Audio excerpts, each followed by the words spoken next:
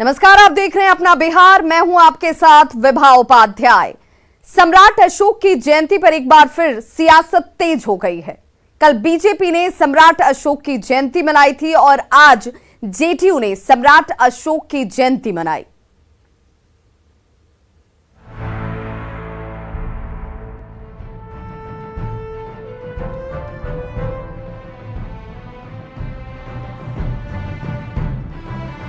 बिहार के सियासत में आजकल सम्राट अशोक छाए हुए हैं। एनडीए की दो पार्टियों बीजेपी और जेडीयू में सम्राट अशोक को अपना बताने की होड़ लगी है। शुक्रवार को सम्राट अशोक की जयंती के बहाने बीजेपी ने पटना में बड़ा जमावड़ा किया, तो शनिवार को जेडीयू सम्राट अशोक की जयंती मना रहा है। सम्राट अशोक कन्वेंशन सेंटर में सम्राट अशोक को श्रद्धांजलि देने के बाद नीतीश कुमार ने कहा कि सम्राट अशोक के जन्मदिन को लेकर विवाद था, उसे दूर करने के लिए उन्होंने एक्सपर्ट की राय दी।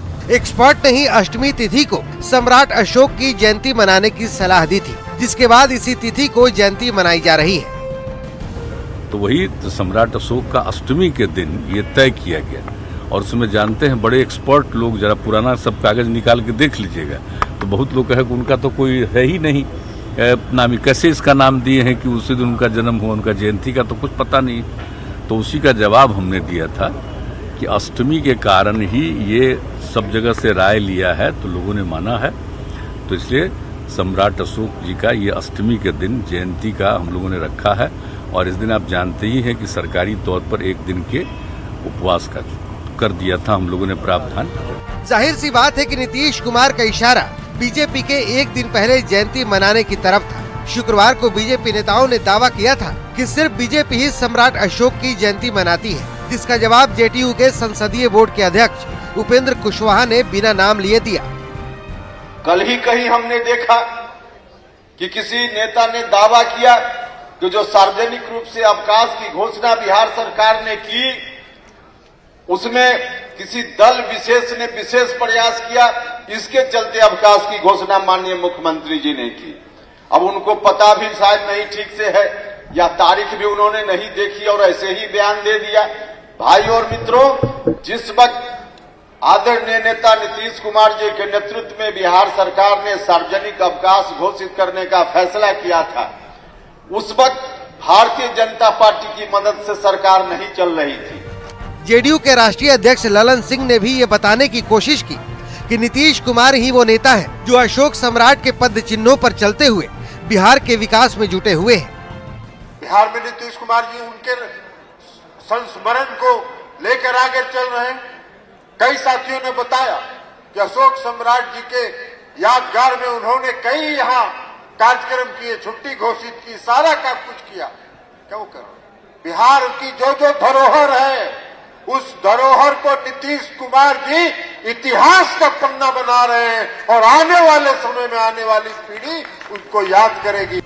राजनीतिक दल कुशवाहा समाज से जोड़कर सम्राट अशोक को देखते हैं और जेडीयू का समीकरण ही है लव कुश, जिसकी वजह से सम्राट अशोक पर नीतीश कुमार की पार्टी अपनी कॉपीराइट मानती रही है। लेकिन उसी की सहयोगी बीजेपी ने सेंधमारी कर जेडीयू की चिंता बढ़ा दी है, जिसका असर सम्राट अशोक की जयंती पर हुए कार्यक्रम में भी दिखा। लेकिन सवाल है कि महापुरुषों को जातियों में बांटने की सियासत से किसका फायदा होगा। न्यूज 18 के लिए पटना से शैलेंद्र कुमार की रिपोर्ट। एमएलसी चुनाव की लड़ाई के बाद अब बारी बोचहा के जंग की है, जहां एनडीए के लिए कल नीतीश कुमार प्रचार करने वाले हैं। नीतीश कुमार ने बोचहा की जंग में एनडीए की जीत का दावा किया है, लेकिन 24 सीटों पर हुए एमएलसी चुनाव के नतीजों ने नीतीश कुमार को जरूर चौंका दिया है। पूरी रिपोर्ट देखिए।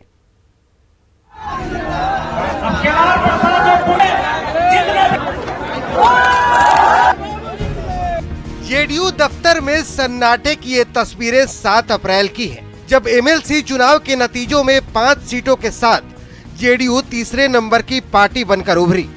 जेडीयू दफ्तर में अमूमन अगर कोई अच्छा चुनाव परिणाम आता है तो बेहद उत्साह दिखता है, लेकिन इस वक्त सन्नाटे की स्थिति है।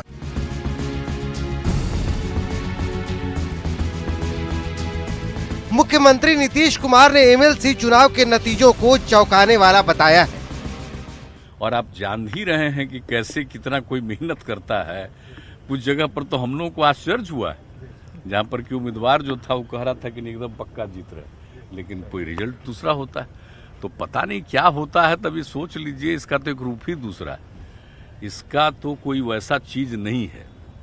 इसमें क्या है, पिछली बार भी क्या था, पिछली बार भी जो चुनाव हुआ था तो उसका तो याद करिए ना भाई। पिछली बार में उस समय तो हम लोगों का माने अलायंस था, आरजेडी वगैरह सब हम लोग तो उसमें क्या था, तब बीजेपी को काफी सीट मिली थी। दरअसल विधान परिषद की 24 सीटों में बीजेपी 12 सीटों पर चुनाव लड़ी और 7 पर जीती। जेडीयू ने 11 सीटों पर उम्मीदवार उतारे, जिनमें 5 सीटों पर जीत मिली, जबकि एनडीए के तीसरे घटक दल आरएलजेपी ने वैशाली से चुनाव लड़ा और जीत दर्ज की, यानी एनडीए के खाते में 13 सीटें आईं।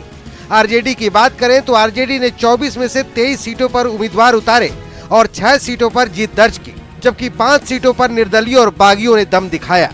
मतलब बतौर पार्टी जेडीयू को सबसे कम 5 सीटें ही हासिल हुई। एमएलसी चुनाव में जेडीयू भले ही तीसरे नंबर की पार्टी रही हो, लेकिन कुल मिलाकर एनडीए का परफॉर्मेंस अच्छा रहा।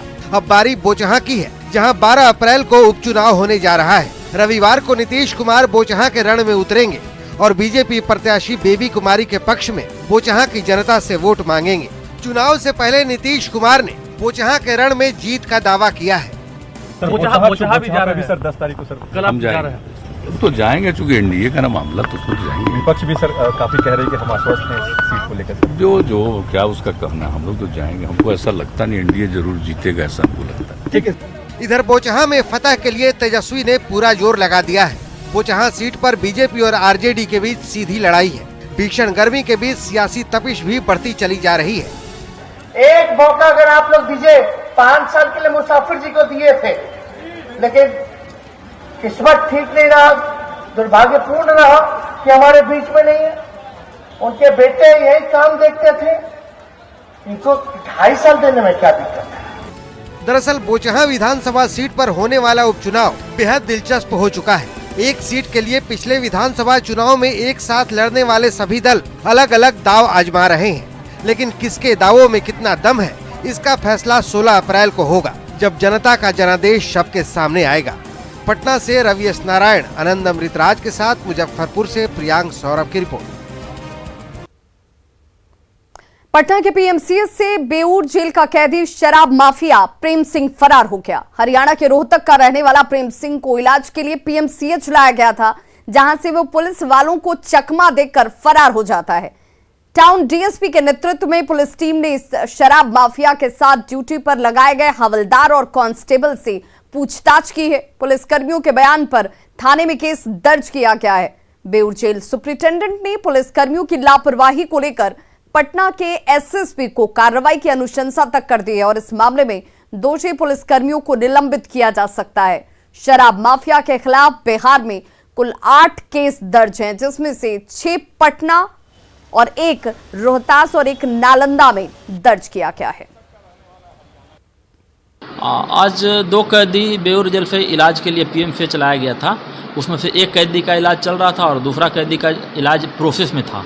इसी क्रम में पहले से कुछ व्यक्ति जो थे वो कैदी के परिजन संभवतः थे, उसको भगाने के लिए प्लान बना के और कहीं पे गाड़ी पार्क किए हुए थे और चकमा दे के सिपाही को धक्का दे के कैदी को अपनी गाड़ी में बैठा के वहाँ से लेके फरार हो गए। किस बीमारी से ये पीड़ित है? ये संभवतः गैस्ट्रोलॉजी की बीमारी से पीड़ित थे। कानून में बिहार में गिरफ्तारियां तो हो रही हैं, लेकिन दूसरी तरफ पुलिस की लापरवाही भी साफ तौर पर सामने आ रही है। आज एक बार फिर से पीएमसीएच कैंपस में एक बड़ी घटना घटी है। रोहतक हरियाणा का शराबबंदी कानून में गिरफ्तार जो शराब माफिया है प्रेम सिंह, उसकी गिरफ्तारी हुई थी और बेऊर जेल में एडमिट था वो, लेकिन बेऊर जेल से उसे यहाँ पर पीएमसीएच लाया गया था। और ठीक हमारे सामने ये ओपीडी का रजिस्ट्रेशन काउंटर है, यहीं पर उसका रजिस्ट्रेशन काउंटर पर रजिस्ट्रेशन हो रहा था, लेकिन इसी दौरान उसने पुलिस को चकमा दिया और यहाँ से फरार हो गया। जो जानकारी मिली है उसके अनुसार 4 केसेस में वो अरेस्टेड था और 3 केस में ऑलरेडी उसे बेल मिल चुका था, लेकिन एक केस में अभी ट्रायल चल रहा था और इसी दौरान आज वह पुलिस को चकमा देकर फरार हुआ। एक बड़ी लापरवाही की बात सामने ये आ रही है कि उसे किसी कमर्शियल व्हीकल से पीएमसीएच लाया गया था और 50 साल उसकी उम्र बताई जा रही है। बहरहाल इस पूरे मामले में जो जानकारी मिली है, 3 कांस्टेबल थे, 1 हवलदार थे, 4 लोग उसको लेकर बेऊर जेल से यहाँ पीएमसीएच आए थे और इसी दौरान वो यहाँ से फरार हो गया है। फिलहाल इस पूरे मामले में जांच चल रही है और बेऊर जेल अधीक्षक ने अनुशंसा कर दी है पुलिसकर्मियों को निलंबित करने की। एक बड़ी लापरवाही फिर से राजधानी पटना में पीएमसीएच से एक बार फिर से एक कैदी फरार हो गया है। संजय कुमार, न्यूज़ 18 पटना। और बड़ी खबर इस वक्त पटना से आ रही है। दानापुर विधायक रीतलाल के 2 बॉडीगार्ड को गिरफ्तार किया गया है। रीतलाल यादव के दोनों निजी बॉडीगार्ड गिरफ्तार किए गए हैं। बॉडीगार्ड भीम प्रसाद, ये दोनों बॉडीगार्ड के नाम भीम प्रसाद और विजय बताए जा रहे हैं, जिन्हें गिरफ्तार किया गया है। हथियार के साथ 185 जिंदा कारतूस की बरामदगी भी की गई है। देखिए, बिहार के बाहर का लाइसेंस बताया जा रहा है, लाइसेंस को नहीं कराया गया था रिन्यूअल, और इसके बाद इन हथियारों के साथ ये लोग घूम रहे थे, जिसके बाद इनकी गिरफ्तारी की गई है। बिहार में अवैध रूप से निजी अंगरक्षक लेकर किस तरीके से ये अंगरक्षक जो है हथियारों को लेकर घूम रहे हैं, जिसके बाद ये कार्रवाई की गई। बिहार के बाहर का हथियार का लाइसेंस बताया जा रहा है। और हमारे साथ संवाददाता अमरजीत इस वक्त फोन लाइन पर जुड़ चुके हैं। अमरजीत, किस तरह से अब पूरे इस मामले की जांच जारी है, क्या जानकारी इस वक्त सामने आ रही है? कितने दिनों पहले ये हथियारों का लाइसेंस जो है वो पहले ही एक्सपायर हो चुका था और उसके बाद उसका रिन्यूअल नहीं कराया गया? ये देखिए, जो एएसपी दानापुर अभिनव धीमन ने बताया है उसके अनुसार जो है भीम प्रसाद और विजय कुमार यादव जो एमएलए दानापुर जो राजद के एमएलए हैं रीतलाल यादव, उनके अंगरक्षक के रूप में काम कर रहे थे और एक विशेष अभियान के तहत विशेष अभियान चलाया जा रहा था जिला अधिकारी के द्वारा, जिसके तहत जो है निजी अंगरक्षकों पर जो है जांच करनी थी। इसी दौरान जो है रीतलाल यादव के जो अंगरक्षक थे इनको जांच के लिए खगौल पुलिस ने बुलाया था और जब जांच किया तो पता चला इनके पास जो भी लाइसेंस है वो यहाँ के लाइसेंस नहीं है, जम्मू कश्मीर के लाइसेंस है और यहाँ बिहार में किसी तरह का रिन्यूअल नहीं है। और जम्मू कश्मीर में भी जब खोजा गया तो वहाँ भी नहीं मिला है, इनका कोई रिकॉर्ड नहीं मिला है। इसमें जो है 185 जिंदा कारतूस बरामद किए गए हैं, 2 नाली बंदूक है और एक पिस्टल है और एक रिवॉल्वर है। सभी का जब जांच किया गया तो सभी के सभी जो है अवैध रूप में बिहार में पाए गए हैं। इसी के मद्देनजर गिरफ्तार किया गया है भीम प्रसाद और विजय कुमार यादव को। अभी फिलहाल जो है गिरफ्तार की गई है और भी जो है इस मामले में जो है जांच किया जा रहा है। साथ ही जो है कल की बात की जाए तो कल भी एक त्रिमूर्ति बिल्डर दानापुर के हैं, उनको भी गिरफ्तार किया गया था, उनके 2 अंगरक्षकों के साथ, और अवैध हथियार जो मिले थे 4 वो भी बरामद किया गया था। तो ये लगातार अभियान जारी है और इस तरह के जो निजी अंगरक्षक जो भी रखे हुए हैं उनका लाइसेंस चेक किया जा रहा है और ये पता लगाने की कोशिश की जा रही है। इन दोनों ही लोगों की तरफ से सामने आ पाया है क्या? रीतलाल की तरफ से कोई बयान इस वक्त सामने है? जी देखिए, अभी रीतलाल यादव की तरफ से कोई बयान नहीं आया है, लेकिन इन दोनों को जो अंगरक्षक हैं साफ तौर पे एएसपी दानापुर ने ये कहा है कि ये माननीय विधायक दानापुर रीतलाल यादव के अंगरक्षक हैं और इनको जो है जांच के दौरान अवैध हथियार लिए हुए पाया गया है, जिसकी वजह से गिरफ्तार किया गया है। अब कार्रवाई ये होगी कि इस अवैध हथियार के रखने के जुर्म में जो है ये जेल जाएंगे और इन पर जो है जो आर्म्स एक्ट की धाराएं होती है वो लगाई गई है और उन धाराओं के तहत इन पर कार्रवाई की जाएगी और इन पर जो है आगे भी जो है किस तरह से जो है ये लाइसेंस बनाए हैं और कहां से अवैध लाइसेंस बनाए हैं उसकी भी जांच होगी और सारी भी अब इसके बाद शुरू कर दी जाएगी। बहुत बहुत शुक्रिया अमरजीत इस तमाम जानकारी के लिए। तो रीतलाल यादव के 2 निजी बॉडीगार्ड हैं जिन्हें गिरफ्तार किया गया है क्योंकि इनका लाइसेंस बिहार का नहीं है, जम्मू कश्मीर का ये लाइसेंस बताया जा रहा है जो पहले ही एक्सपायर कर चुका था, उसे रिन्यूअल नहीं कराया गया और इसकी जानकारी तक सामने नहीं रखी गई। जब जांच किया गया है तो ये तमाम चीजें खुलकर सामने आई हैं। खबर रोहतास से, जहां करगहर थाना क्षेत्र में आग ने भीषण तबाही मचा दी। फुकली गांव में गेहूं के खेत में आग लगने से 14 बीघा खेत में लगी गेहूं की फसल जलकर राख हो गई और तस्वीरें देखिए कैसे ये आग तेजी से 14 बीघा में लगी गेहूं की तैयार फसल को अपनी चपेट में लेती चली जाती है और उसके बाद किसानों को बड़ा नुकसान उठाना पड़ा। इस अगलगी की वजह से 7 किसान जो हैं वो पूरी तरह से कंगाल हो चुके हैं। पूरा इलाका इस आग के धुएं के गुबार से भर गया। आग लगने की सूचना पर 2 दमकल की गाड़ियां यहां पर जरूर पहुंची, काफी मशक्कत की गई और उसके बाद आग पर काबू पाया गया।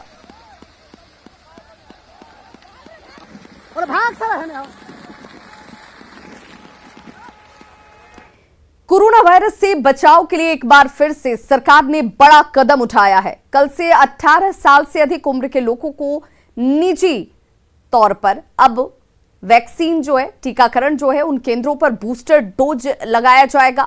पटना के अस्पतालों में इसे लेकर पूरी तैयारी भी की गई है। हालांकि ये बूस्टर डोज मुफ्त में नहीं लग सकेगा और ना ही सरकारी अस्पतालों में ही ये लगेगा। इसके लिए आपको 780 रुपए देने होंगे। पटना के पारस अस्पताल ने गरीब, दिव्यांग और थर्ड जेंडर को मुफ्त में ये बूस्टर डोज देने का ऐलान किया है। पारस अस्पताल के मेडिकल डायरेक्टर से बातचीत की न्यूज़ 18 संवाददाता रजनीश कुमार ने। वैक्सीनेशन अभियान जारी है। ऐसे में भारत सरकार ने अब 18 साल से ऊपर के वयस्कों के लिए हरी झंडी दे दी है कि कल से अब जो वयस्क हैं वो अब बूस्टर डोज लगवा सकेंगे। इसको लेकर बिहार में भी तैयारी शुरू हो गई है और पटना के पारस अस्पताल में हम पहुंचे हैं, जो निजी अस्पताल है, और ये वैक्सीन जो है बूस्टर डोज का ये निजी अस्पताल में ही लगेगा। बदले में लोगों को कीमत अदा करनी पड़ेगी। तो देख सकते हैं पारस में पूरी टीम तैयार है। कल से वैक्सीनेशन अभियान यहाँ पर भी चलेगा। हम सीधे बात करते हैं, मेडिकल डायरेक्टर हैं यहाँ के पारस के। सर, किस प्रकार की तैयारी है? हमारी तैयारी कंप्लीट है। एक्चुअली हमने कभी बंद ही नहीं किया था, लेकिन ये नए ऐलान की वजह से जो है नेचुरली हम एक्सपेक्ट कर रहे हैं कि और लोग भी आएंगे। और कंप्लीट मेरी टीम है, ये ग्राउंड क्रू है जो ये कैरी करते हैं वैक्सीनेशन हमारा।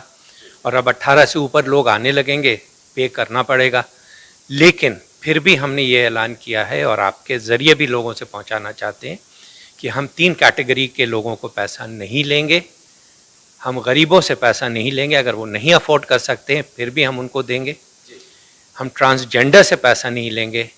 हम फिजिकली डिसेबल्ड से, हम फिजिकली या मेंटली डिसेबल्ड से हम नहीं लेंगे। तो कल से सुबह से जो 18 साल से ऊपर के जो वयस्क हैं वो वैक्सीन लगवा सकेंगे। तो निश्चित रूप से पारस अस्पताल में सभी प्रकार की तैयारियां पूरी कर ली गई है। यानी पूरे देश भर में कहें अगर तो कल से यह अभियान शुरू होने वाला है। रजनीश कुमार, न्यूज़ 18 पटना।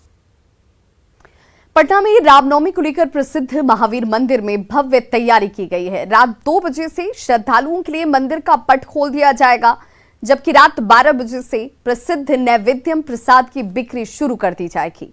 कोरोना की वजह से 2 साल बाद इस साल रामनवमी को लेकर जबरदस्त उत्साह देखने को मिल रहा है। महावीर मंदिर में रामनवमी को लेकर और क्या खास होने वाला है, ये जरूर लोगों के बीच चर्चा का विषय है, क्योंकि 2 साल के बाद लोग रामनवमी में यहाँ पर इस भव्य तैयारी के बीच पूजा कर पाएंगे। प्रदेशवासी जो हैं वो इसका आनंद ले पाएंगे। 3 ड्रोन से 3 शिखरों पर फूलों की बारिश की जाएगी। जो खास तैयारियां हैं उनमें से ये तैयारी अपने आप में बेहद महत्वपूर्ण हो जाती है। रात 2 बजे से ही मंदिर के कपाट को खोल दिया जाएगा।